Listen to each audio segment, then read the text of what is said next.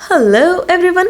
तो गाइस, आप सबका स्वागत है आपके चैनल फॉर यू रेसिपीज़ में। और आज हम बनाने वाले हैं एक बहुत ही सुंदर, खूबसूरत, ब्यूटीफुल, कितने वर्ड कहूँ उसके लिए उतने ही कम है। इतनी सुंदर है ना कि देखते ही आपका मन करेगा कि आप इसके ऊपर टूट पड़ो। मोती जैसे इसके अंदर दाने हैं। और सच्ची सच्ची बताना, कमेंट करके झूठ मत बोलना कि आप में से कितनों को लगा कि पहली बार पहली नज़र में कि ये मोतीचूर के लड्डू हैं। इसकी एक खास बात और है, 15 से 16 मिनट में बनके तैयार हो जाती है। तो जब मन करे तब आप इसको एंजॉय कर सकते हैं। तो इस वीडियो को बहुत ध्यान से देखना, इसलिए कह रही हूँ क्योंकि मैं इसमें कुछ टिप्स आपको बताने वाली हूँ जो आपको आगे चल के मतलब फ्यूचर में नहीं, आगे चल के मतलब जब आप रेसिपी बनाओगे तब उसमें बहुत हेल्प करेंगी। तो चलिए गाइस, शुरू करते हैं इस रेसिपी को बनाना। तो यहाँ पे आपको लेना है छोटे वाला साबूदाना। आप देख सकते हैं मेरे उल्टे हाथ में जो है ना, ये छोटे वाला साबूदाना मैंने यहाँ पे लिया है। तो आपको अंतर दिखा रही हूँ मैं, देखिए हाथों में ये जो दाना कितने छोटे हैं और ये वाला बड़ा है। तो समझ में आ गया होगा ना। तो अब आपको क्या करना है कि कोई भी एक कप ले लें आप। आपके घर में कोई भी एक कप हो या कोई भी एक चीज़ ले लें नापने के लिए। उसी आगे आगे ओह गॉड, आगे की जो भी चीज़ें नापनी है आपको उसी से नापनी है। तो अब मैंने इसमें 1.5 कप साबुदाना डाल दिया है। और अब मैं इसको धो लूँगी अच्छे से, 2-3 बार धो लेना। क्योंकि इसमें क्या होता है ना कि साबूदाना थोड़ा टूटा हुआ या थोड़ा उसको जो पाउडर वगैरह होता है वो निकल जाता है। तो देखिए मैंने यहाँ पे जो नापने के लिए लिया है ना, वो ये नीले वाले कप से मैं सारी चीज़ें नाप रही हूँ। तो इसी नीले वाले कप से मैंने 1.5 कप इसमें साबूदाना डाल के उसको 2-3 बार धो लिया। और फिर इसी कप से मैंने 4 कप पानी डाल दिया इसके अंदर। और 8 घंटे के लिए हम इसको भिगो के रख देंगे, जिससे कि अच्छे से फूल के तैयार हो जाएगा। तो इसी तरह आप भी कोई भी कप ले सकते हैं नापने के लिए। अगर आपको कुछ क्वेश्चन पूछने हो तो आप पूछ सकते हैं। तो 8 घंटे हो गए इसको भीगे हुए, तो अब आप देख सकते हैं ये काफ़ी फूल गया है। तो मैंने क्या किया कि 1 मिनट के लिए आप क्या करें, छलनी ले लें कोई और उसके ऊपर इसको रख दें। तो थोड़ा सा पानी निकल जाएगा। बहुत ज़्यादा इसकी जान नहीं निकालनी पानी निकाल के, पर थोड़ा निकल जाए तो अच्छा रहेगा। तो बस अब ये इस तरीके से हम इसका पानी ड्रेन कर लिया, हमने निकाल लिया। और ये हमने लिया कढ़ाई। और अब हम क्या करेंगे, इसमें डालेंगे देसी घी। और ये ले रहे हैं हम 1 टेबल स्पून। अगर आपके पास टेबल स्पून नहीं हो तो कोई बात नहीं है, आप क्या करें घर वाली चम्मच लें जिससे हम खाना खाते हैं ना, चावल वगैरह खाते हैं। और उसे ऊपर तक भरें और फिर इस तरीके से क्या करें, उंगली से इस तरीके से प्लेन कर दें। तो जब आप प्लेन करके इस तरीके से एक चम्मच ले लोगे ये स्टील वाली, तो ये 2.5 चम्मच 1 टेबल स्पून के बराबर होती है। कोई फ़र्क नहीं पड़ता, ऐसा नहीं है कि आप ज़्यादा नहीं ले सकते, घी ज़्यादा भी ले सकते हैं। पर अगर आपका मन है कि बिल्कुल इतना ही चीज़ें डालनी है जितनी मैं डाल रही हूँ, इसलिए मैंने आपको बताया। तो यहाँ पे ले रही हूँ मैं काजू, और ये 15 से 20 काजू हैं। आपकी श्रद्धा है, आप ज़्यादा भी डाल सकते हैं। तो अब आपको क्या करना है, इसको लो से थोड़ी सी ज़्यादा फ्लेम पे, गैस पे आपको उसको भूनना है। लो से थोड़ी सी ज़्यादा मतलब बिल्कुल कम कर देना गैस और उसे थोड़ी सी बढ़ा देना, फिर इसको भूनना है। तो आपको लगभग 2.5 से 3 मिनट लग जाती है इसको भूनने में। बहुत ज़्यादा तेज़ गैस पे मत भूनना, वरना क्या होगा, वो अंदर से कच्चे रह जाएंगे, मज़ा नहीं आएगा खाने में मिठाई के अंदर। अब करते हैं जुगाड़। कैसा जुगाड़? अगर आप नॉन स्टिक कढ़ाई में बना रहे हैं तो अच्छी बात है। पर अगर आपके पास नॉन स्टिक कढ़ाई नहीं है तो आप क्या कर सकते हैं, ये कर सकते हैं आप जुगाड़।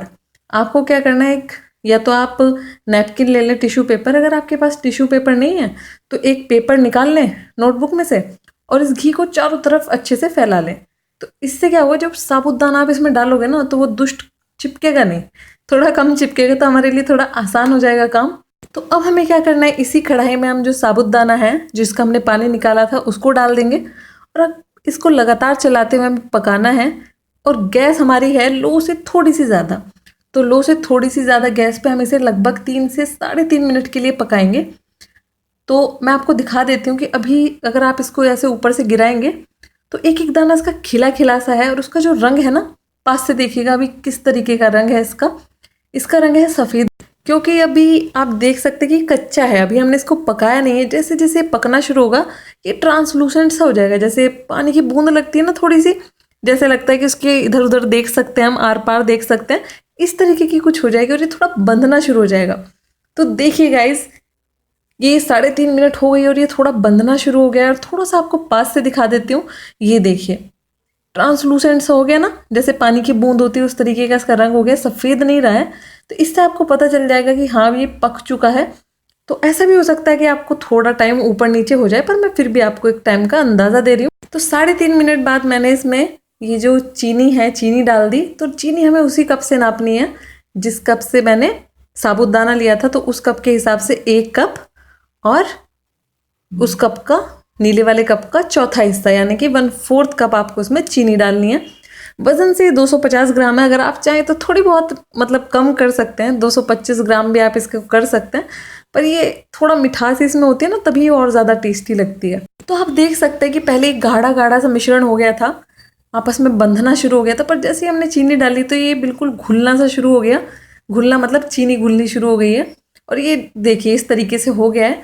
तो अब आपको क्या करना है, अगर आपको कोई भी इसमें रंग डालना है, रंग मतलब खाने का रंग, होली का रंग नहीं डालना है, तो अगर आपको कोई भी रंग डालना है तो इस टाइम पे आपको डालना है। ये नहीं कि आप बाद में इसको डालें, तो फिर रंग जो है वो जो दाने हैं ना, ये इनके अंदर नहीं जा पाएगा। तो आप चाहे इसमें केसर के धागे डाल लें, वो भी बहुत अच्छी बात है। आप रंग नहीं डालना चाहते हैं तो वो और भी अच्छी बात है। तो मैं यहाँ पे क्या किया, मैंने थोड़ा सा रंग लिया है खाने वाला, और उसमें पानी डाल के और इसके अंदर मिला दिया। तो जब चीनी पूरी घुल जाए तभी आपको रंग डालना है, इस चीज़ का ध्यान रखना। तो आप देख सकते हैं कि जो रंग है वो ऊपर ऊपर है, अभी जो गोलियां हैं ये इनके अंदर नहीं गया है। तो यही परफेक्ट टाइम है कि अगर आपको कोई भी रंग डालना है वो उसके अंदर तक बिल्कुल चला जाए। तो अब इसको हम चलाएंगे। अब आपको मैं दिखाऊंगी, देखिए जब मैं ऊपर से इसको गिरा रही हूँ तो ये बिल्कुल भी बंध नहीं रहा है, बिल्कुल फ्री फॉल हो रहा है, ऐसे गिर रहा है।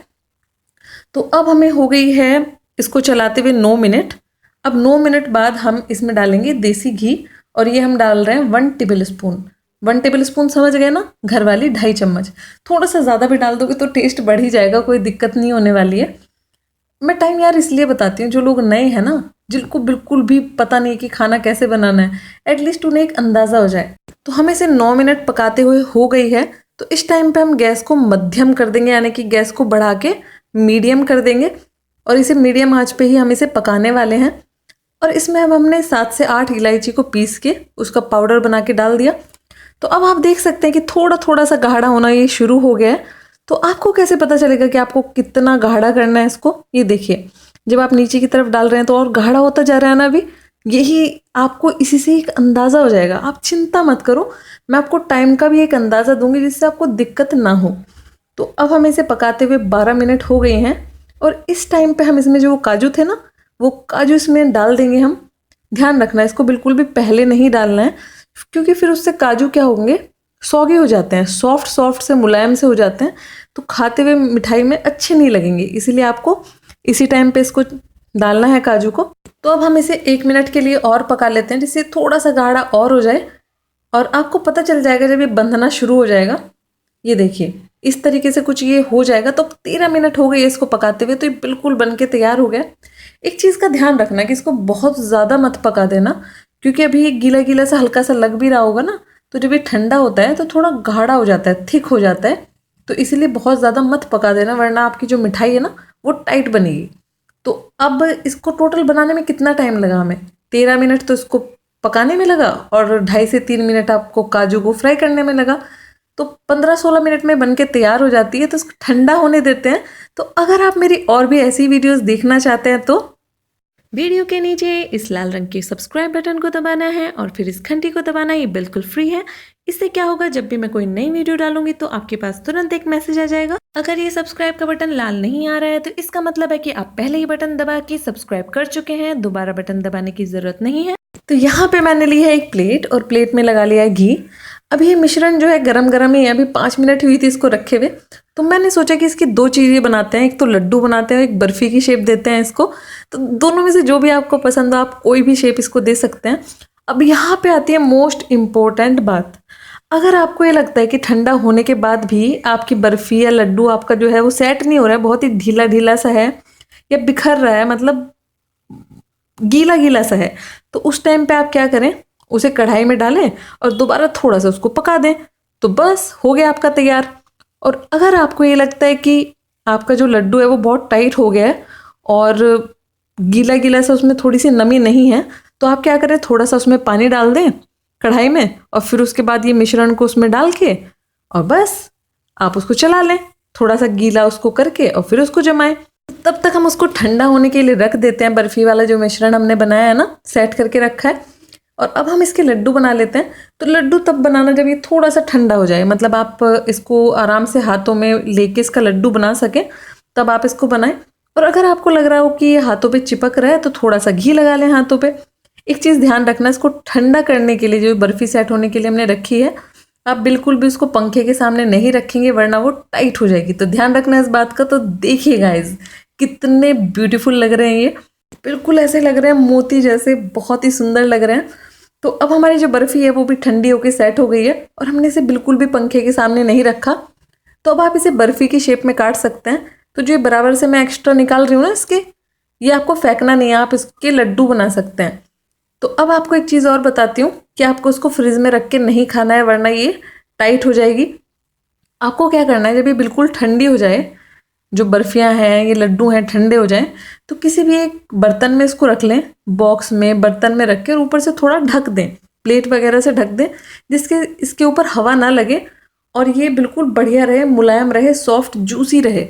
वरना क्या होगा, हवा लगने से क्या हो जाती है, ये टाइट हो जाती है। तो चलिए ये आ गया सबसे बेस्ट पार्ट। अब हम देखते हैं इसको तोड़ के कि कैसा है अंदर से।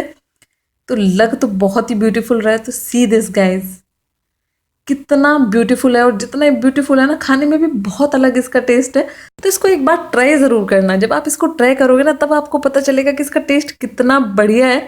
ज़रूरी नहीं कि आप इसको व्रत में ही खाएं, बिना व्रत के भी जब आपकी जीभ चटोरी हो जाए तब आप इसको खा सकते हैं। 16 मिनट में बनके तैयार हो जाती है यार, और क्या चाहिए, मिठाई से जान थोड़ी लेनी है उसकी। तो इन्जॉय कीजिए ये रेसिपी, और अगर आपको रेसिपी पसंद आती है तो वीडियो को लाइक कीजिएगा, अगर नहीं पसंद आती है तो आप डिसलाइक भी कर सकते हैं।